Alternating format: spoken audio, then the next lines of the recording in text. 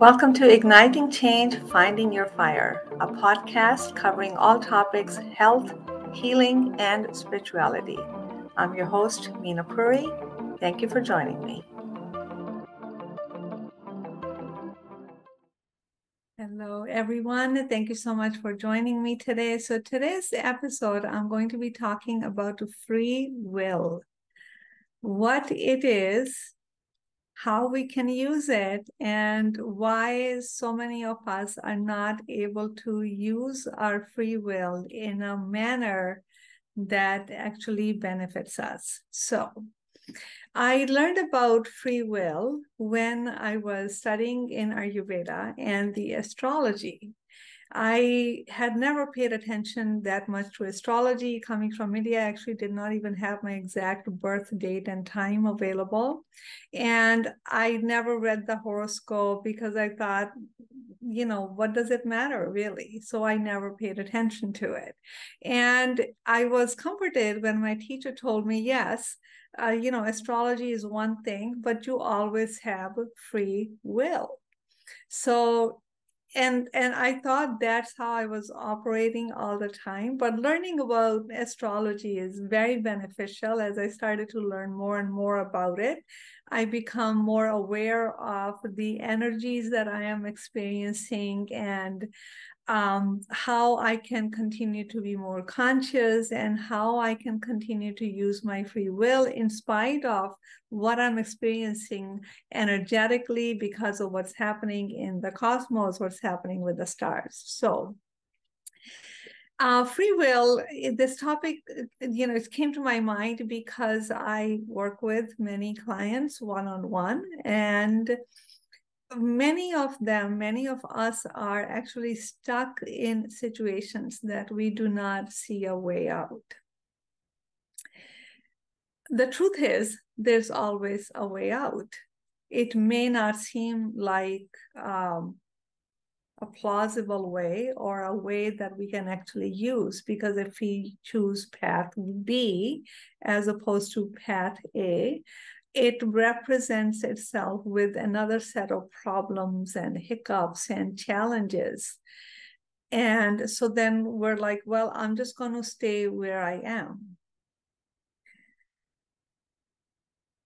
One of the biggest obstacle that blocks our progress, blocks our freedom, blocks our path, it really is fear. Fear of the unknown, fear of something different, fear of not knowing that how we would handle a new situation if we were put inside it. We have many fears. A lot of the fears humans have are made up. They're not actually real. So the saying, face your fears, makes us realize that when we actually face our fear, we made it out to be bigger than it really was.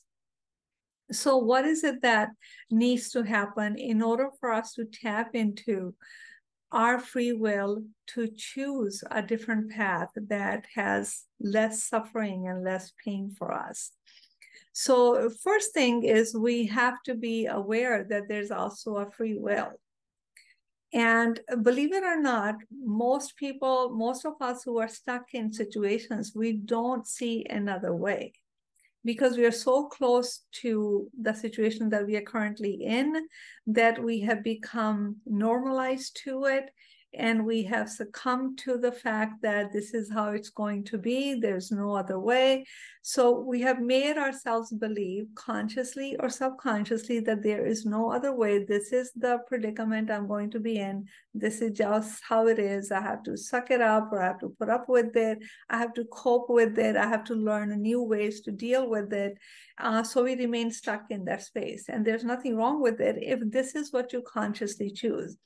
The truth is, there's nothing wrong with anything we do as long as you choose it and you know why you are choosing it.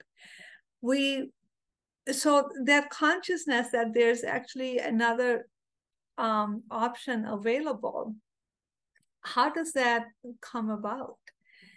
Suppose we always, as a default, believe that there's always a way. many times when I'm stuck inside a problem, I don't see a way out, but I have a habit of saying, there's a way out. I have no idea what that way is, but I know that where I am, that's not where I want to be. But I say, I really am sure that there's a way out, because I couldn't possibly be expected to just live this way or tolerate this or put up with this. So just that awareness, like almost like a blind faith, that there's always a way for you to get out of your predicament. It eventually, the path does open up. And that has been so true in my life all along. So here's something that I can give you. There's always a way. You don't have to know it. You don't even have to believe it, but start leaning into it a little bit. What if there is a way? What if there's a way, a magic, by a miracle of God or something, another way opens up that you never even knew about? So number one, so that's what we have to know, that there is another way. Second, we do have to make a decision or a choice to follow that route. And that's where the mind comes in, the ego comes in and says, what if this is going to go wrong? That's going to go wrong. You're not going to like it. You're going to be more painful. You can't do this. You're supposed to be stuck here forever. So all that, the rationale and the justification, the ego convinces us that actually that's not a way for me. So I'm going to be stuck here. There's nothing wrong with that either. There's never really anything wrong. It's just different experiences.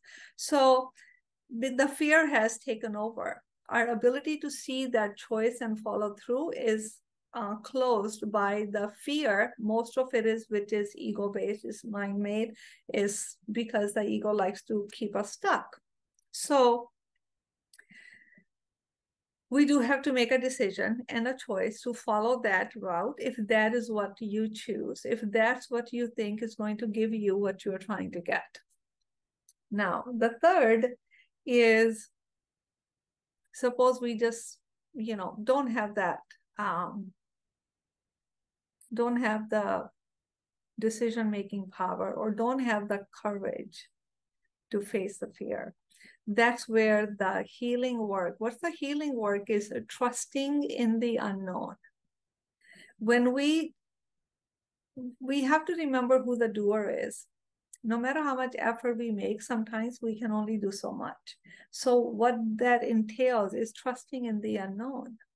There's that saying that once you let go, like the rope that you are, that kind of the noose around your neck, once you actually let go and jump, a net will appear. I'm saying it in a, convoluted way. Once you jump, the net will appear. The net is the universal support. The net comes from when we trust that there will be a net.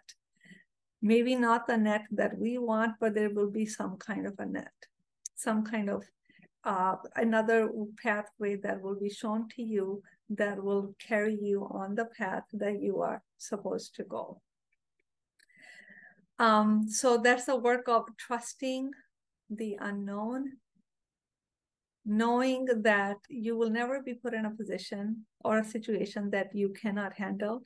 When you decide that you are done with a given situation, that you no longer want to invest your energy in a given situation, you make that decision, you make the choice, other paths open up. So many people I see, they're stuck in a predicament, whether they're stuck in a really bad relationships that they should have never even gotten into, whether they're stuck in a really meaningless job that drains their energy and diminishes them, or whether they are stuck in another life situation that they can't seem to get out of.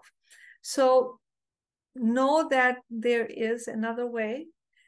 So you do have a free will to choose anytime something different. The free will is born out of the consciousness that there is another choice, and the courage to follow through with that choice, which then involves trusting, having faith, having the courage, and building that relationship with the unknown that will hold space for you. As I was thinking about that this morning, that this is what I wanted to talk about, I was reminded of a quote by Paulo Coelho. He's a Brazilian author who has said that if it costs you your peace of mind, it's too expensive. I couldn't have put it better. For me, peace of mind is at the topmost priority, because without it, it's difficult to function. So if it's costing you peace of mind, it is too expensive. So at the same time, when we talk about free will, nothing actually is free, right? It's about what price are you willing to pay. Suppose you are stuck inside a relationship. Maybe you are there for financial reasons, for family reasons. So the cost is to letting go of the financial security, you know, a turbulent relationship, possible turbulent relationship with the rest of the family members, and the judgment and whatnot. So there is a price to it, right? The price is that maybe you have to become financially independent. Maybe you have to do things differently. So there is a price to it.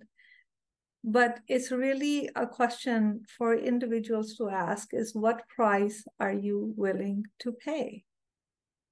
Whether it's the price of working yourself hard and becoming independent, or it's the price of your peace. There is no judgment. We all have free will to choose what we like to choose for ourselves. But the caveat is that you are paying something. What is it that you are okay paying, and for how long? What is most important? Is most important your freedom, your peace of mind? Is most important your self-worth, self-empowerment, or is it something, or financial security for a time being or for eternity is more important? It doesn't matter what's more important. The point is that you decide it and you know about it. I am speaking in terms of just relationships because I deal with many clients who struggle in their relationships. And many are staying together for family or for financial reasons, and they think, well, I don't want to admit to that. I don't want to admit that, my God, I'm staying in a marriage for financial security. So why not? People stay in relationships for all kinds of reasons. There's nothing wrong with staying in a relationship for financial security if you know that's what you're doing and that's why you're doing it. You need that support, and that's why you're there. It's not about what you decide. It's about you understanding why you decided and accepting where you are at. So there is always free will. We always have the freedom, no matter what. Sometimes we are not willing to pay the price of using that free will. That's fine. Sometimes we're willing to pay the price, but the freedom is always there. Just at any given point in time, the truth is we can do anything we want to do. There's nobody stopping us. The only thing that's stopping us is our own internal dialogue, our own internal patterns that are based on the past. What I have seen more and more is that when people are not willing to even entertain the idea that there is another choice, that they do have free will, there's resistance to it because they don't want to take that responsibility. It's so much easier to blame your predicament on the situations, on others, on the circumstances, or on fate or destiny, because it's an easier place to be. Again, one thing I want you never ever to do is reprimand yourself for the choices you make. When you make the choices, you experience the consequences of those choices. As adults, we look at the consequences and we say, am I going to continue to make that choice? Yes, you can, or no, I don't want to. It's a personal choice. There's no judgment on what choice each one of us makes. No choice is good or bad. It's up to you what choice you want to make. What choices, each choice is going to take us to a different experience, is going to take us on a path. So which path do we want to go to? So it's a more complicated question than say, well, choose this or choose that. It's not for me to decide for you or anyone to decide for anyone else what choice they should make, because we don't have all the available information. It's for individual to choose. We take responsibility for the choice we make. We learn from it. The next time, maybe we make a different choice. So life is a learning process. We don't come here all learned. Nobody knows it all. We are just trying to figure it out one step at a time. But the takeaway from this podcast is, do entertain the idea. If you are in a predicament, in a difficult situation, that is there another way? Could possibly be there another way that will give me back my peace of mind and my life back? So entertain that idea and see what you come up with. If you are having struggle making that choice, using your free will, I invite you to take a look at my Inner Compass Club. That's my membership program where we really do deep inner work. The link will be below. And if you are struggling and you rather work with me individually, that's where you get the most benefit for the investment that you make, because you transform quickly.